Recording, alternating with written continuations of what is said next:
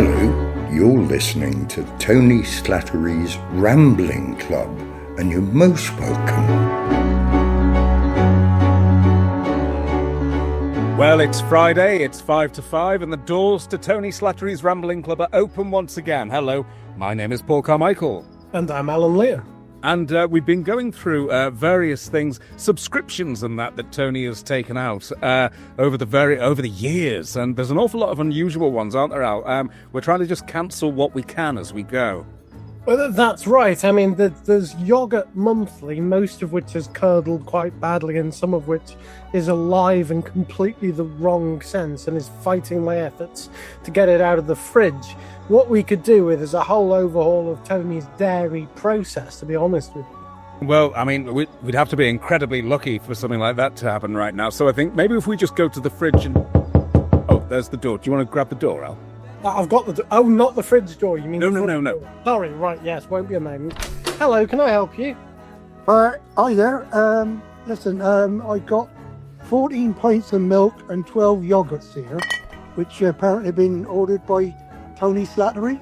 Paul, there's a miraculous yokel has turned up with exactly what we need. Can we let him in? Oh, absolutely. Let's bring him in. You come to the shed by all means. Thanks a lot. Oh, there's a bit of a squeeze in here, isn't it? It is a little bit, yeah. It's not the most palatial presidential shed. No, I'll just put these yogurts down. Oh, God, I've spilled one now. Sorry about that. Well, that's quite all right. Well, yeah, we were looking. By pure miraculous coincidence, you might be just exactly who we need, man, Al. Absolutely, and I personally quite like that spill. I think what that couch needed was a bit of strawberry. I might tell the upholsterers next time they're in town. That ain't strawberry. Oh. No, that's rhubarb. Oh, shit. What we need now is an upholstery cleaner who could come in, but... I've got some custard. You want some custard with it? Oh, I'll take custard with anything. That would be wonderful. Right, okay. Yeah, I'll get that from the van later, all right. Lovely, thank you. Well, hold on a moment. I think I recognise the face behind this milkman disguise. Is that Terry Molloy? Oh, blast. Foiled again. Curtains. My mask has slipped in many ways. Yes, it is me. Oh, Terry. Terry, well, welcome to the Rambling Club. You're more than welcome. Thank you so much for joining us. And a lovely little shed you've got here, I must say. It's there are sheds and there are sheds, and this is really rather nice. I like this one. It's pretty special. Yes. I remember years ago when I was working on Beadles there was one of the directors was called Two Sheds So-and-so, because we always had to have a three-pronged attack on anybody that we were filming. So they used to build these pretend sheds all over the place. And you have a camera in the shed. Yeah. And it was always called Two Sheds. You're right. Do you know what I haven't thought about Beadles about for years? And that was actually a very good show. I always thought Jeremy Beadle was a very skilled presenter. He got a lot of flack, but he could hold a show. He held the show, yeah. The thing about Jeremy was he always used to dress up as people, and people immediately recognised him. If he didn't, they didn't. You know, he'd get alongside him with a microphone and be asking what the problem, and they'd be telling him what the problem is, and didn't suss it was him. Yeah. Oh, it was a wonderful, wonderful old show. It was great. But Terry, as you're here, and as it's a Friday, what Alan and I normally do is we normally go for a bit of a ramble about this time with the old bingo machine. If you've got any spare time, would you maybe like to come with it? You know, I'd love to. Yeah, I don't get enough exercise. I need to get out and about. Oh, well, that's perfect then. In that case, I'll tell you what, we'll give the machine a whirl and we'll see where we end up. Off we go.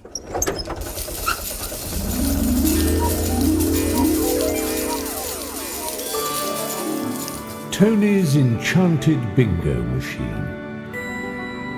A curious contraption of cogs, levers and glowing buttons that hums with ominous energy. This machine generates 3 completely random numbers. These numbers are fed directly into the Dewey Decimal System, the arcane reference system by which books and their contents are categorized.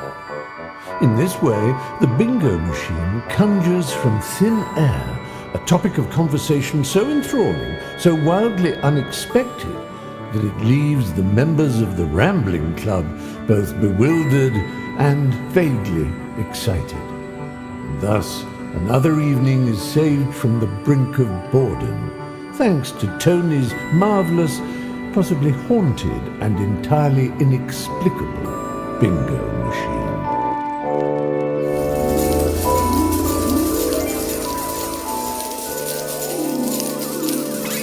Well, here we are in the great outdoors, ready for our first ramble with our very special guest president, Mr. Terry Molloy. Ah. First numbers selected by the machine today are 7, 8, 6, 786, 786. And that means the first subject for us to talk about is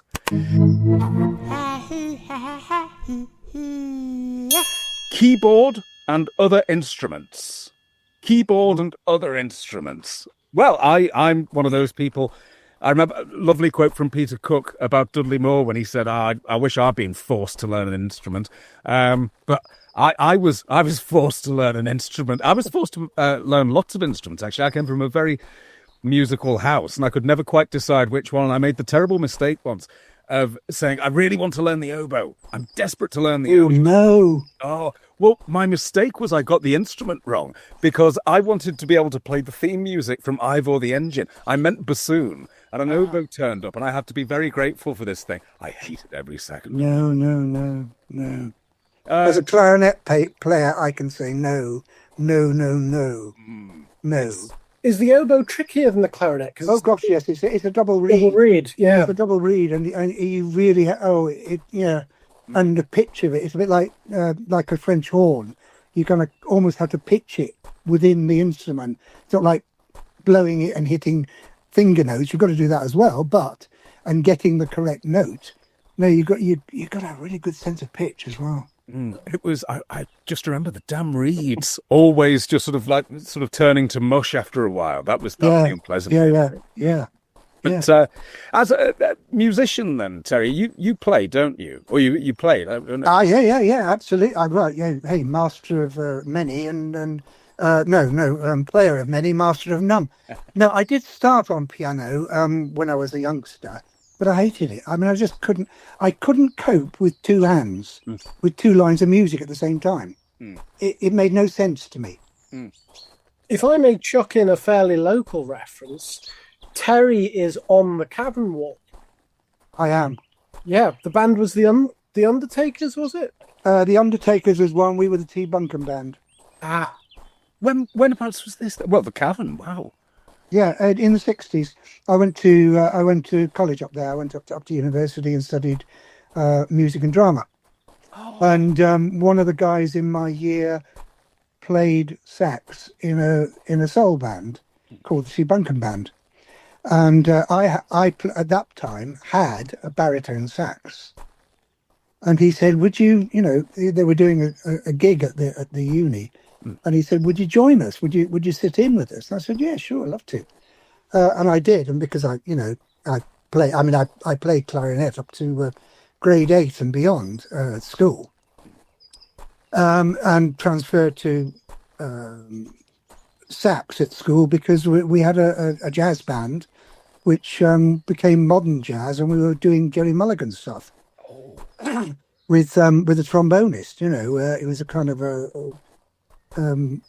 that kind of combo that we did. And so I sat in with them, and that was it. I mean, I was with them all the way through. I mean, it was a group that we never took, because most of it was only Pat and I who were basically students. All the rest of the crew, and there were 10 of us, it was a big soul band. Yeah. They all worked. They worked in a post office. They worked as barbers. They had jobs in Liverpool. And so we never took any money out of the band. It all went into the band to buy equipment. So we had phenomenal equipment. We had a long wheelbase transit. We had stacks that, some of the big groups would have killed you for. And when my baritone eventually, after about a year, fell to bits, they bought me a brand new Selma Mark 6 tenor. And we're talking 65, 66. Mm. You know, that was about 250 quid then, which was a hell of a lot. Yeah. Yeah. Yeah. And so, yeah, I played with them. we did warm-ups for some of the bands that came through. You know, we'd pick them up in Nantwich or somewhere like the Herd or Manfred Mann and do the warm-up act and then go through. And then we were playing gigs all over Liverpool every night of the week. And then on a Saturday, you'd probably be doing about 3 gigs. You know, somewhere like Litherland Town Hall or Beadle Town Hall and maybe the Cavern. And we'd all the groups would end up at the Blue Angel, where we'd all gig till about 4 o'clock in the morning. You know, it was a great time. It sounds it. It's wonderful. I never understood. I never understood why they filled the Cavern in. My dad. I know. It was the most ridiculous thing. My dad courted my mum in the Cavern. Yeah. And when obviously you've got the remade version of the Cavern across the other side of the road, but it's not the same. No, not at all. Can't duplicate that sweat. No.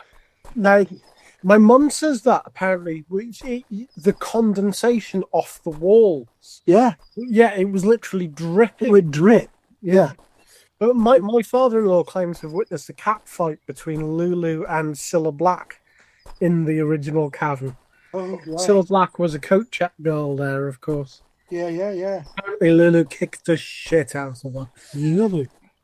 I mean, I have to say some of the gigs in Liverpool, you know, I remember one in Brutal Town Hall where the cat fight started in the corner because one of the girls who was going out with one of the guys in the band, nudged somebody, and within seconds there were 50 of them in a corner. And all the fellas were just standing around looking, and we carried on playing till they stopped. So you just think this was Liverpool in the 60s, you know. This was, you know. Yeah, wasn't there a club that was just in somebody's cellar? It was a mum who just set up a club in her basement. Yes. What was it? It wasn't the All Fours. Gosh, there was, and I know the Beatles played there, didn't they? I'm certain they did, and it was and it's really just a townhouse with a basement, and she, well, I'll put a club in it. Yeah. Oh, it must have been. I mean, what was? I've seen, obviously. Well, I've heard from my parents and all that sort of thing, being from Liverpool. But what was it? What was the spirit like in the 60s there? Because all we ever hear about is the Beatles. But what was it generally like then? It was amazing. I mean, Liverpool was just an amazing place to be. It was, because a lot of the band were from Liverpool, they actually, and they supported Liverpool, and 4 of them were in the cop choir. Oh. They invited me to go to a match, but they said, don't open your fucking mouth. Don't open your mouth, because they'll know you're not a Liverpudlian. And I had to sit there with my mouth shut in the middle of this raucous choir that was going, you know. It was an amazing feeling. Quite an amazing feeling. Yeah. So what about, because you were studying acting as well, so were you part of that theatre scene as well at the time? Very much so, yeah. Part of the Everyman and the Playhouse and and the Mersey Poets. They were all down in the basement of the Everyman, you know. Adrian Henry and Paul McGough. Yeah. And Roger McGough rather, and Paul, what's his name? McCartney's brother. Mike. Yeah, Mike. Yeah, Mike McCartney, and it was. There was an amazing scene, amazing cultural scene. Yeah. Not just the pop scene and everything, which had moved on from the Beatles. It was getting into soul much more than not northern soul, but it was getting into soul music. I mean, our band, we were a 10-piece. You know, we had 2 singers, we had a drummer, bass lead, organ, and a brass section of 4. And we could virtually play anything that was out there, you know. I mean, because I was studying music, I started to.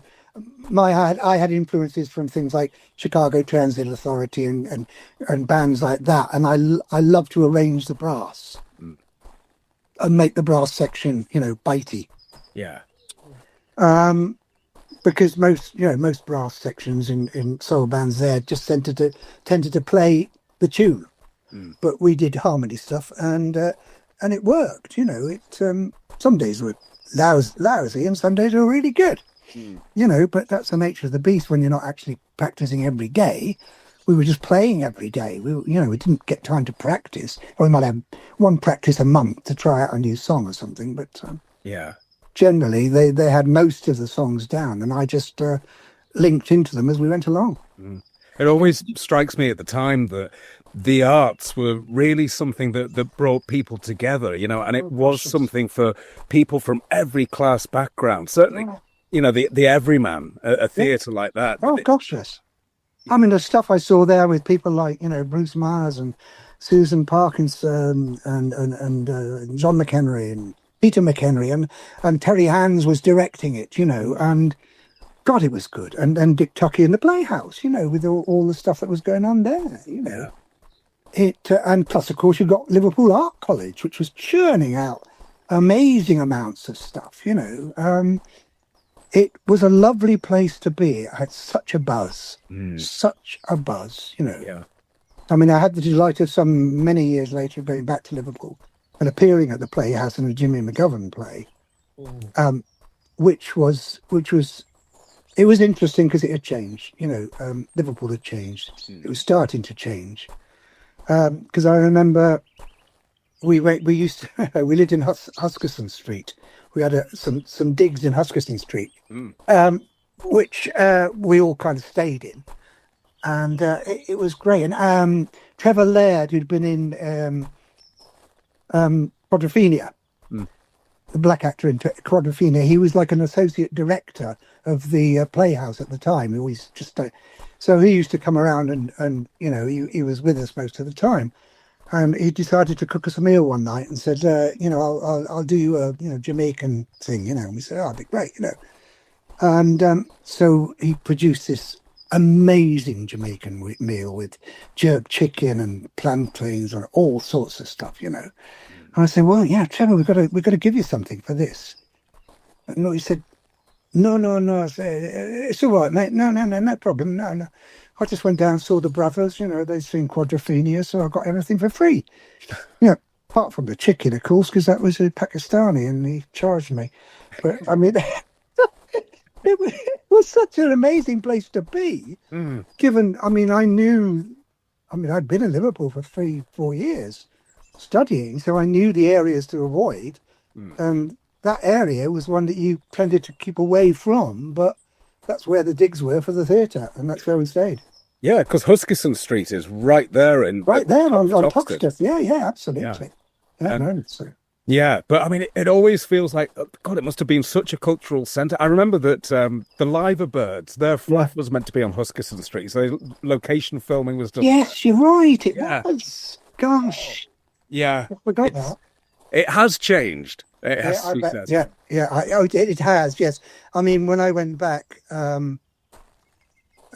just recently, because when I was there, when I was working at the Playhouse, we used to go and swim in the pool at the Adelphi. Yeah. Because they got this wonderful Art Deco pool in the basement, which was just glorious, you know. And my wife and I, about 10 years ago, we were doing a cruise, Archer's cruise, which I was running with Fred Olsen, and we were leaving from Liverpool. So we went up there and we decided to stay the night in the Adelphi. And it was not the same. It just wasn't the same. No. We just thought this was the poshest of posh hotels. And the swimming pool was dowdy, and I just thought, oh, what a shame. It's owned by Britannia now, and of course Britannia's big thing is never doing any maintenance on anything at all. Well, that certainly showed, yeah. All our hotels are gradually falling apart. We stayed in a suite in the Adelphi 6 years or so ago now. Maybe a bit longer, maybe more like 10. And it was lovely, and there was this glorious Japanese black lacquer cabinet in it, which Yeah, obviously from when the Victorians on the days there. yeah, they had the big craze for it. You opened it up and the shelves were missing inside, and it was chipped and knocked, and you thought, if you just did 5 minutes on this every year, it would be beautiful. But Yeah. it's a great shame because the Adelphi structurally it's gorgeous. Oh, absolutely. Yeah. Loved it.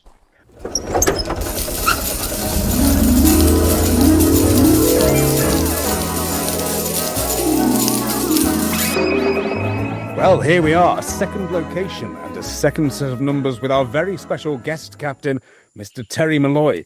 And the second numbers are 6, 4, 5. 645, 645.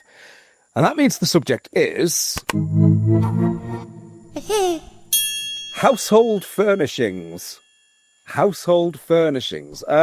Terry, go on. So, are you when it comes to decoration and that sort of thing, are you someone who really has to look after their environment to be comfortable within it? I am totally OCD about the house. I really am. Really? Yeah. Well, I'm a bit OCD about. Well, no, I mean that's. No, I'm not. I am. Certainly travel. I've got travel OCD. I'll have a bag packed 2 months before I'm going anywhere. But in the house, I do love things that make sense in the house. Since sadly my wife died in the new year, and so I'm here on my own, and I don't have to make any corporate decisions in line with somebody else. So the ground floor, I live in a little cottage in Norfolk, right? It's basically 2 up, 2 down, but there's a kitchen gallery at the back and a bathroom there. And it's very nice. It's lovely. I mean, the rooms are big, they're big rooms. But I mean, considering that there was a family of probably 15 in here at one point, it's an old brick and flint cottage from 1840, and it's lovely, and it's in a tiny little village, which is only about 300-400 people in it, so it's nice and quiet, yet within easy access to get wherever I need to go. And there are shops and things not far away, but you do need to have a car to get things. But yeah, I've always, my wife and I always had my wife certainly had this concept that Quentin Crisp had, that if you don't dust, it doesn't get any higher after 6 months. Yes. No, I could accept that, absolutely. But there were certain things in terms of the needs of a house to make it function. Both of us were great cooks. We loved cooking. I still do, obviously. So one of the things that I wanted to have because there was a kitchen in, but it was fairly rough and ready. We don't have any gas in the village because British Gas won't lay it without everybody signing up to be in British Gas and everybody paying £2,000 to do it. So the entire village said, go away. Mind you, they laid gas lines through the village to cope with a new development down the road, but we can't have it. So I love when people stop me and say, hey, you can get gas and electricity with British Gas. I say, that's lovely. When are you going to give me the gas? Yeah, when you do that, I might consider it, but no. So most stuff is either electric or oil or fires. I have 2 log burners here. And in the winter, but the cottage is very cozy at winter. So after my wife, when we had upstairs, I'm downstairs, I've got a study upstairs, which is where I do recordings for audio books, because when COVID hit, that's when I turned an area of my study into a little recording booth, with professional stuff. So I can do audio books, I can do plays and everything without having to take me pajamas off. I can. Did I mention pajamas? Right. Okay. Moving on swiftly. Yeah. So yeah, I do like my loveliness of my house now. I've got the ground floor really how I like it. I'd moved my bed downstairs, because the bathroom is downstairs. I changed the bathroom from a bathroom into a shower room fit for an old fart to stumble around in. And I was with some friends and they got a recliner sofa. I thought, oh, that's rather nice. But I didn't want a recliner that, took up half the room. So I found a recliner chair online, which it's lovely. But I said, I don't want something that looks like an old folks recliner. It is so buzzy and bright and shiny and what have you. I just love it, and it reclines enough for me to just lie down or sit down and have a drink and chat to people, or have people come round. I've got everything I need in the bedroom, which I've kept as a study and a place where our speakers and everything that we had, because Victoria had some wonderful quad speakers and quad system. Oh yeah, from the 70s. These are things that will make the walls bleed when they get it up to 8. And let alone 11. Yeah. And television and the desk is there, so I can work there and sleep there, and it's just lovely. Yeah. And the kitchen's been redone as well, and it's a lovely place to work in. My father-in-law upgraded to a recliner chair a couple of years back, and he's not allowed to use it. Right. He sits in it, but it is. I've been in it. It is very, very comfortable. Yes. His wife says if he reclines it, he falls asleep. Surely that's a really good thing for a recliner. Yeah, for a man of 80, I'd have been. Yeah, absolutely. But no. Listen, I have had this terrible back problem all my life. That if I see a bed, I lie on it, and if I lie on it, I'm asleep. I just, I can sleep at the drop of a quaver. I really love sleeping. And this one, I don't tend to sleep in it. I just use it. I can recline way back, but I just tend to sit with my legs out and, have a drink and do stuff online and things like that.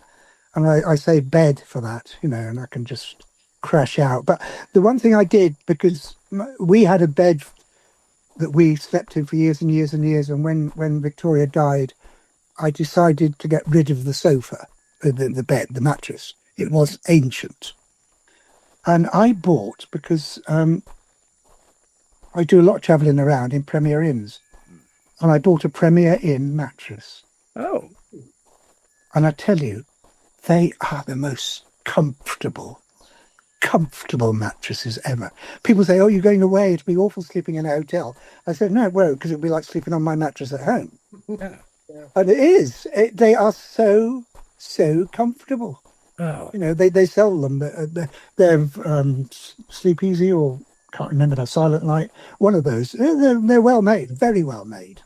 And yeah, it sounds like you've got sort of the perfect environment for work and leisure. Can I ask about when you're recording audio? Because I always find it fascinating watching. I've done a little bit of audio work in booths and things myself. Are you a very physical actor? Because I'm thinking immediately, of course, the roles people would know you for. Predominantly, I suppose. Obviously, we've got the Archers, but also we've got Doctor Who. And Davros in Doctor Who. And if you're doing audio work, say, for example, if you're doing something Doctor Who-y, do you find yourself having to be a physical performer with it as well when you're doing voice work? Not so much. I will, because in studio, you learn to, certainly learning in studios over the years, that you have to put some effort into it. Obviously, there's got to be some physical effort if you're doing something, but not massive waving around. The thing I love about radio and audio is that it's a subtlety. I was 9 when I realised I wanted to be in radio. My father was in the RAF and was stationed out in Aden, And my mother ran or was a member of the staff of Aid and Forces Broadcasting. She was Auntie Sheila, and for Forces and Family Favourites and things like that. Yeah. Because she'd been in the business as a child actor, actress, dancer, singer, etc. And she used to have to check, because in those days everything came out on transcription discs from the UK. They didn't have tape then, and these transcription discs of the Goon Show came out, and she had to listen to them to make sure there were no clicks, banks, or bumps, right? And I remember, and I used to listen along with her, and I soaked this into my head. And there was one thing that I think was the case of the Lone Banana or something, where Neddy was trying to go to South America, so he goes to Henry Crunn's shipping office, and he says, "I want to go to South America." And Henry says, "All right, I better get some details then. Name?" Sigoon. How do you spell it? SCAGOON. And address 22 Balls Pond Road, Cheam. 22 Balls Pond. And this went on and on and on and on until eventually Henry says, "It's no good, I'm going to have to get a pencil and write all this down." This is what radio does. You build the scene. You inhabit it, and Yeah, it's a joke that absolutely would not work in any other medium. no, absolutely not. Or that wonderful one with Eccles, where he's get in that house and search it from end to end. that house isn't there, it's a mirage. It's a mirage. The house disappears in it. And he goes, "Ah!" What happened? I was upstairs. We was up to it. I know. Yeah. I mean, as Milligan was, they were just so good. I mean, they broke the mold of what you could do with broadcasting. Yeah. And of course, the BBC never got it. They'd say, "Hello, it's Hugh Janton here," and they thought it was an interviewer called Hugh Janton. But well, hey ho.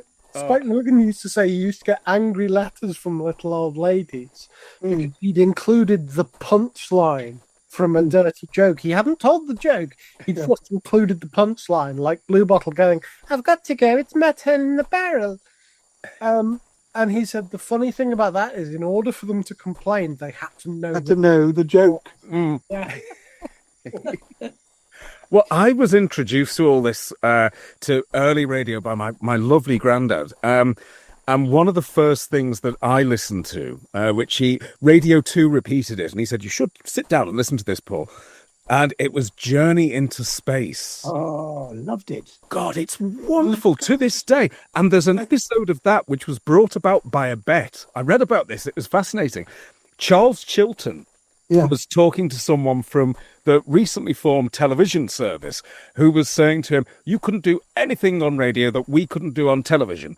And it became a bet for £5. And so what Charles Chilton did was he set an entire half hour of that show in pitch black. The whole thing, the lights were off. It would not work anywhere, but it's the most wonderful, creepy half hour. Just the occasional tapping sound on this spaceship. Yeah. Oh, it's wonderful. I know. I mean, Journey into Space was one of my go-to programs when I was younger. I mean, it's all those long corridors of clanking feet, and they come to a door, and then it opens, and it's, "Oh my God, look at it, and you see it. Oh yeah. You don't have to show anybody anything. No, not at all. A wonderful casters, I remember. The it lead alien. Alfie Bass was in it. Alfie Bass, the first series, the alien threat, is played by Derek Guyler, which is fantastic voice on him. I mean, so used to seeing him in sitcoms and things. Yeah. He's a wonderful vocal actor as well. Yeah. Obviously, people, actors get pushed into pigeonholes, and they say, "That's what you do." Can you do that? I remember a casting director coming to see me at something in a play, when I was in Birmingham in the studio theatre. They came out after and said, "That was amazing. I didn't realise you could do a Birmingham accent." I don't know, something about the word actor. I don't know. Yeah. It conjures something up. I'm not just this, but they're so keen to pigeonhole you into something. Which is what, I remember my mother said, what do you want to do when I first started? You're going to be a star? I said, good God, no. I want to be a working actor. I don't want to sit around for 6 months waiting for the right script to come along so that it's going to be right for my image. No, I want to do different things. And that's all I've done all my life, is do different things. And that's the thing. The amount of times I've been watching things and then suddenly up crops a Terry Molloy is I was watching, oh God, a soap opera from the 90s made at Birmingham called Jupiter Moon. Yes. Nobody saw, I don't think, because it was on DSB. No. And there you are in that. Yeah. The hologram. Yep. Yeah. P-Leg Johnson. It was done by Bill Smethurst when he left the Archers.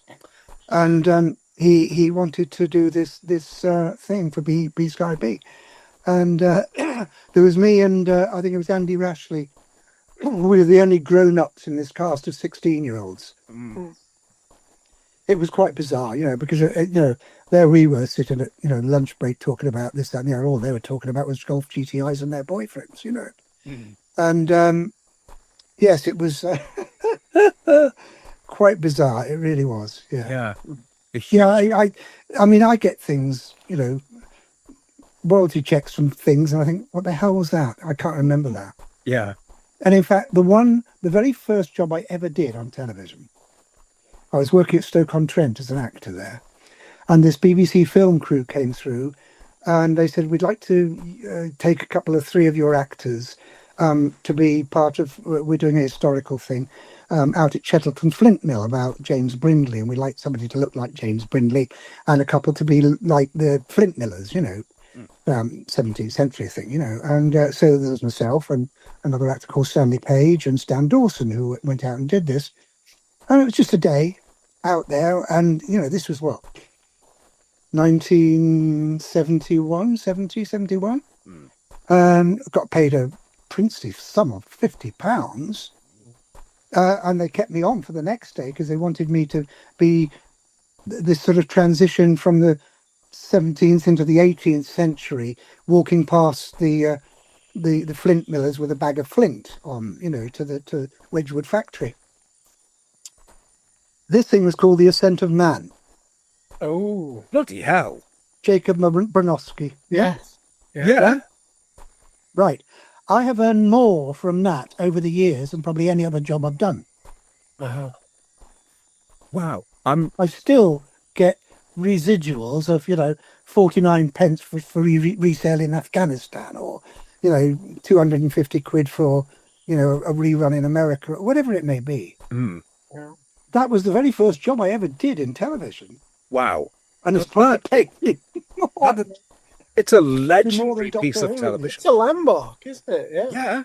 It was a landmark series. That was Civilization. They were big series. Yeah. Oh, both wonderful. We were in the section that was about the Industrial Revolution, Oh, I do wish, when you watch those two programs, I've got both of those on DVD.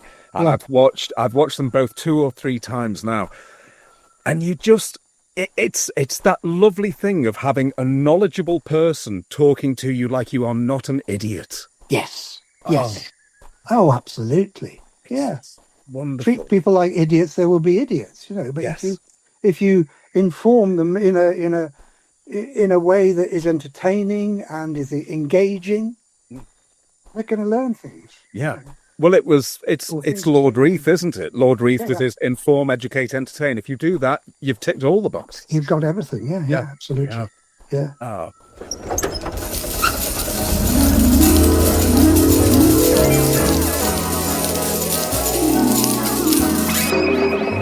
Well, here we are, a third location of a third and final ramble with our very special guest president this week and star of The Ascent of Man, which has blown me away, Terry Molloy. The third and final set of numbers are 3, 5, 8.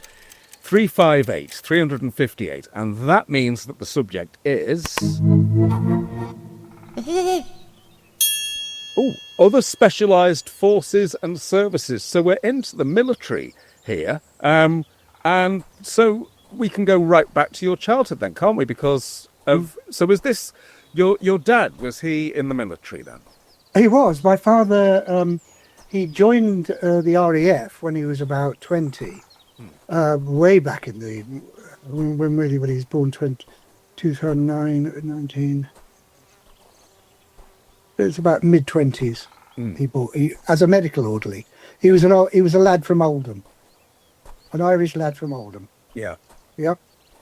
And he worked his way up the ranks, and of course, the Second World War came along, and then promotions seemed to get a little more swifter, shall we say. And he became a flying officer, then a pilot officer, then a squadron leader, until by the end of the war, he was a squadron leader of a Beaufighter squadron out in Palestine. Wow. In the last days of the war, dealing Yeah. with the shipping and all of that, and the trips to Jerusalem for VIPs and things like that, And it was a Canadian squadron, but he was in charge of it because they had to have a British officer in charge of a Canadian squadron. And he came out of that and then was made up to a wing commander. And he never went any further than that, because to get further than a wing commander in the RAF, you have to be in the Masons. And he was a Catholic. So there's no way that was going to happen. But he got highly decorated in various decorative medals, DFO, DSC, and all that sort of stuff. And he worked. Yes, he was a wing commander at various places. I mean, I spent my childhood running around from base to base. Well, I didn't actually, because they decided to put me into boarding school at the age of 5. Oh, right. How was that then? Because some people think of that as a good experience and a character forming. Did you find that, or were you not so I think keen? you'll have to wait till my autobiography comes out, Ah, right. which is going to be called A Life Less Visible. I will say no more about that, except it was the most unpleasant time of my life. Right. Okay. So, But at one point I did go with them because they went to Aden. He was posted out to Aden to run the Cormaxa Air Force Base at Aden in 1956, which was right in the middle of the Suez crisis. yes. Okay? And they took me with them. And they were 3-4 years of the most wonderful years of my life when I was 8, 9, 10, 11, with my parents out there. And we also spent time in Nairobi and Mombasa. And he was, at one point, contemplating retiring early, because by then he was getting towards retirement age, but setting up a farm in Kenya. Oh. Thankfully he didn't, because it was around the time that the Mau Mau kicked up. But I remember Aden, and we were bussed to school in armoured gharries, these big armoured buses with screens on the windows and a scout car front and rear, because of the riots that were happening in Aden. Yeah. About Suez, but more actually about the fact that they couldn't get any more cat, which was their drug of choice. Which was a chewable drug that and they'd been stopped from getting that. But we did have there was a camp at Cormaxa, and eventually we had officers' quarters there. And as I say, that was when my mother was on AFBA and my father was running the camp. But as a child then, I mean, he had amazing access to all sorts of things. When we were there, the very first Vulcan ever, on its inaugural flight out to Singapore, stopped at Aden. And he was the wing commander of the base. And as a 9-year-old lad, I was allowed on board to have a look in the cockpit. Oh, Can you believe it? that's amazing. Nice. Just memories like that, and it was it was around that time when I started to do music, and the bandsman there, started to help me out learning the trumpet and things like that, which didn't work. But I was good with the penny whistle and things like that. So I had that aptitude, and I felt I wanted to do something. But I've got pictures of me, age 9, 10, with a tiny little Bambi Thompson gazelle that was my pet. Wow. And it's like, it's probably about 2-3 feet. I mean, that would grow to a massive size, but it was a little one, tiny little horns, Yeah. Bambi, which had been brought back from Kenya at some point. And that was my love. I loved that, and had great friends there, and a lot of. I mean, we only went to school in the morning, but the problem with that was that I'd been at boarding school from the age of 5, and when they put me into the class that I should have been in at age 8, I was so far ahead they put me in the 11-year-olds class. Ah. I was doing work that the 11-year-olds were doing. So in a way, I missed out on having, well, I didn't, because I made friends around the camp. But my peers were all 11-year-olds, really, mostly at that time.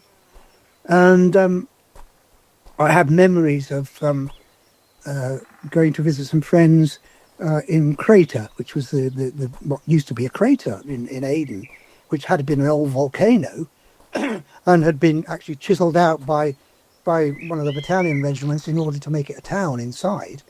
And in there, there were lots of houses and businesses, and there was one of the sheikh's residences in there.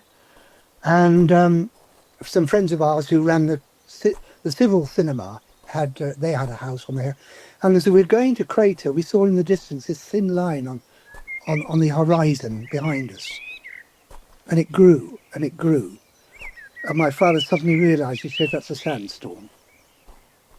And we had to go like the clappers to get through Steamer Point, up the hill, into Aden, down the other side, and to the other end of Crater, and up the stairs to there. And it hit as we got through their door. And it was like when it stopped, it came out, you couldn't see the car. No, it was that it was massive, absolutely massive. So yeah, and my father was he was he always wanted me to be a professional person. He didn't want me to be an actor. In fact, he said, you'll be a clown over my dead body, which proved a bit slightly prophetic because he died when I was 16. But he was fair, and he was very disciplined, but he'd grown up, he'd come through a hard childhood, and he wanted me to go forward. He wanted me to be a medical person, and I wanted to be a vet. That's what I really wanted to do when I was a teenager. I thought, I'm going to be a vet, because it's not a 9-to-5 job. It's different, it's interesting, it's different to medicine and everything. It's animals you can't talk to, and I loved animals. So I thought, that's what I'm going to do. I'm going to be a vet. Well, I came out of my O-levels with not one single science subject. Took me 3 goes to get maths. I thought, well, yeah, that's blown that out of the water, really, isn't it? So I went into arts and did, English literature and music and economics and things, because I thought it'd be simple, but in fact it was full of maths. I didn't get that.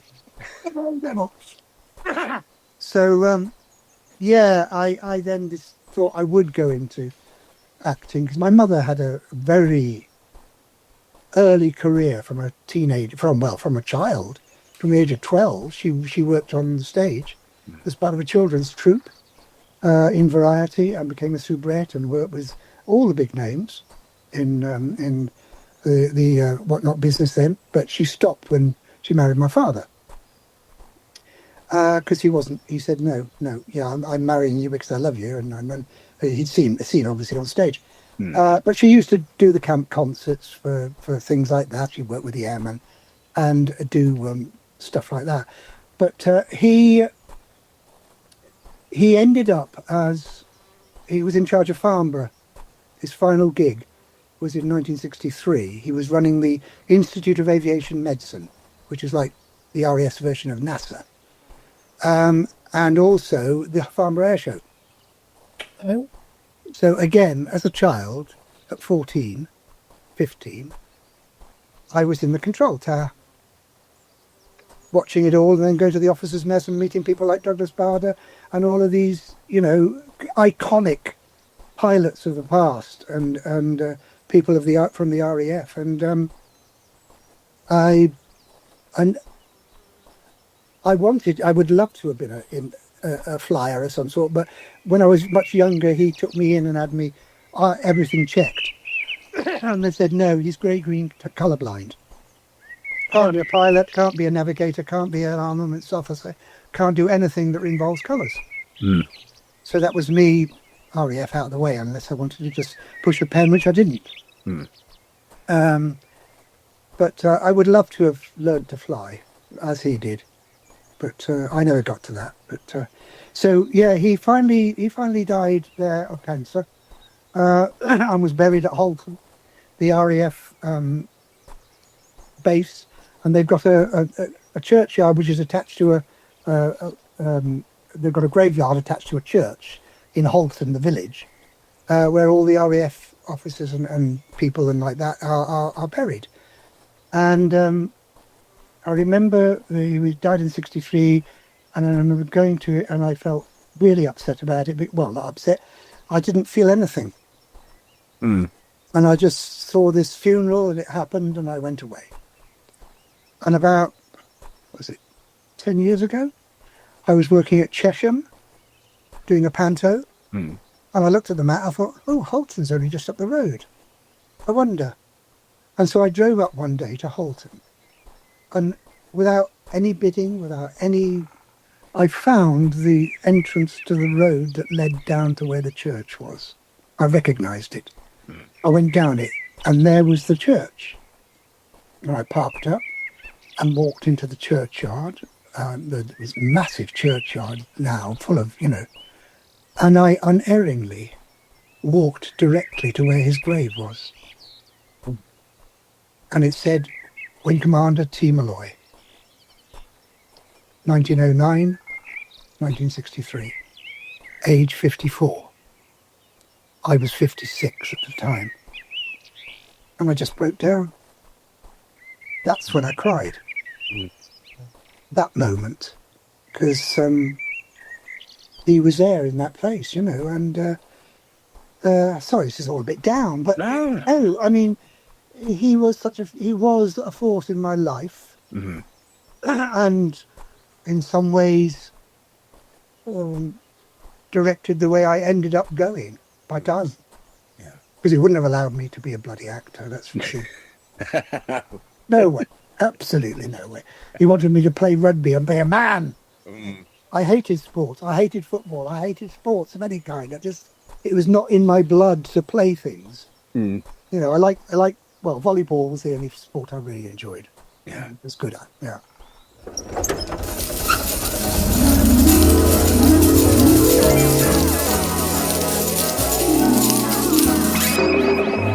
Well, here we are back in the shed. Our rambles for now are at an end. Sorry.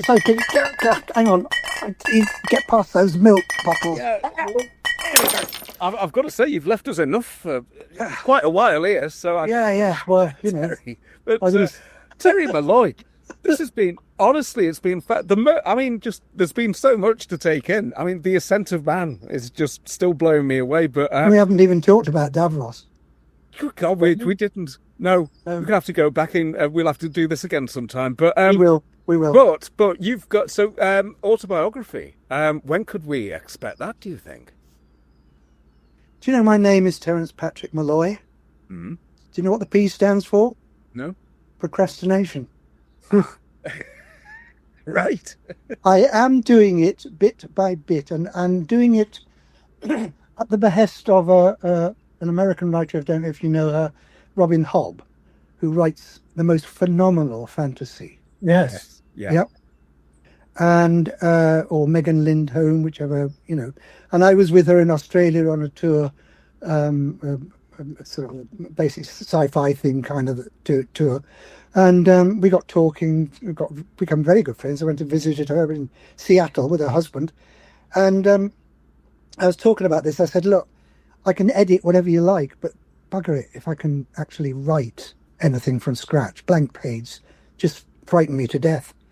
And she said, write down a memory that's very pertinent at a particular point in your life, particular year, and just write it down and put it in a drawer.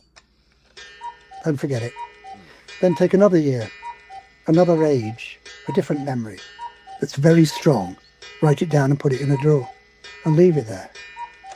And eventually you will start to find there's a theme coming. It won't, I say autobiography, it'll be a memoir. It'll be a series of encapsulations of moments in my life which are for my children to know how I came from A to B, what my journey of life is before I go. And if I leave them that'll be good. I have 3 children, and bless them, that's what I'm going to hopefully leave them, is me. Yeah. Oh, well, it's a lovely thing to do, I think. But if the rest of us can have a read as well, that will be wonderful, because it's fascinating listening to you. So Terry, thank you so much. Thank you for rambling with us this week. And of course, pleasure. Thank you to everybody at home for listening. And we really hope that you enjoyed this week's meeting of the Rambling Club. As you know, the club meets every Friday, but if you'd like to get in touch in the meantime, here's how you can find your fellow members. Tony's official website is at www.tonyslattery.com, and you can get in touch with us on the contact form on that website. We're at Twitter at Slattery Live. Please feel free to use the hashtag TSLC to discuss any of this week's topics. I can occasionally be found on Twitter, but these days mostly I'm on Blue Sky at Paul Carmichael UK, and Rambling Club is at Blue Sky as well. That's absolutely right. Tony also has a good old-fashioned Victorian Facebook group at www.facebook.com/group/TheTonySlattery. And days when the Adelphi was the place to be. And he's on Instagram at Tony_Slattery_official. And if people want to find this week's guest president for themselves, how do they do that? Best way is through, I have one called Terry Molloy and Monty, which is me and my bear. Monty's my bear that I've had since I was a child. And I still have him. And he goes everywhere with me. I've written a book about him called Monty Montgomery, the Bear with the Marvellous Heart, which Paul Mars has illustrated. Oh, fabulous. So have a look on Facebook for Terry Molloy and Monty, definitely. Thank you. And if people want to join the Rambling Club for themselves, Paul, is that a possibility? Well, do you know what, Alan, it is? What they can do is they can head to www.patreon.com/Slattery Live. The club is open 24 hours a day, 7 days a week, and we'd be delighted to welcome you. There's all sorts of perks there. You can hear episodes in advance, and you can also hear an exclusive podcast which we record with Tony's lovely partner, Mark Hutchinson. You won't hear that anywhere else. Twice a month for that one. So head over to www.patreon.com/Slattery Live. Yes, and while you're at it, why not head to wherever you get your podcasts? If you've enjoyed us talking to Terry Molloy about the keyboard and other instruments, well, it'd give us a great base to start from if you were to leave us 5 stars or a lovely review, which would help us to trumpet our efforts. I don't want to harp on at you about it, but it could well be the key to our hearts. Oh, God, that's very good. So, yes. So please get in touch with us by any of those methods. We'd love to hear from you. And we will be back next Friday at 5 to 5 for another ramble. But in the meantime, it's a goodbye from myself, Paul Carmichael. It's a goodbye from my colleague, Mr. Alan Lear. Goodbye. And it's a goodbye from our very special guest president this week. Thank you so much, Terry Molloy. Goodbye. You have been listening to Tony Slattery's Rambling Club with our special guest president, Terry Molloy. He was accompanied by Stephen Fry as the voice of the bingo machine. Acting President Molloy was assisted by Paul Carmichael and Alan Lear. The music was composed and performed by Michael Livesley and Andy Frizzle. Silly voices are by Michael Livesley, and the show's concept is by Paul Carmichael. Our producers are Stuart Morris and Alan Dybing, and the show's researchers is Sola Carmichael. The show's producers are Erica Lear and Mark Hutchinson, and the program was edited by Harry Carmichael. The series executive producer is Mark Strickson. Tony Slattery's Rambling Club is a Fanfinidal production.